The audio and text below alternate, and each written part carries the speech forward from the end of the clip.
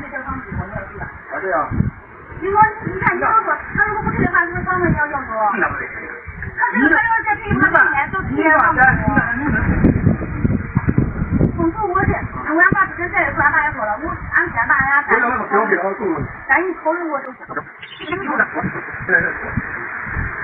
个事就这样搁那了吗？人家跟你说你不认，你说2天让给你。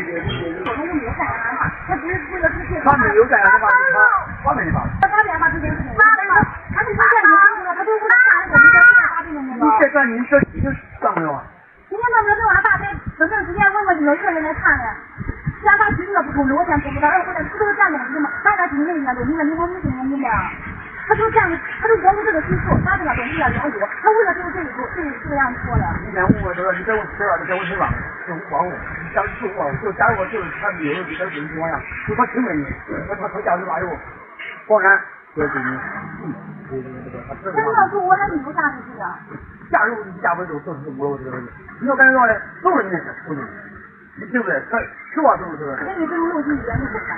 这是以前老什么？你只要不是，你不是。老郑有一天。到你这有人，咱就500块钱不多，那现在我啥都是。你敢说是不是？哎，比如说人家家真有这吧，就是可真要你不给，他不给我还骂我。骂是不可能的。就是，我给他不是出门，他没办法。对，没事。我让他当面，他说不会来给我当面。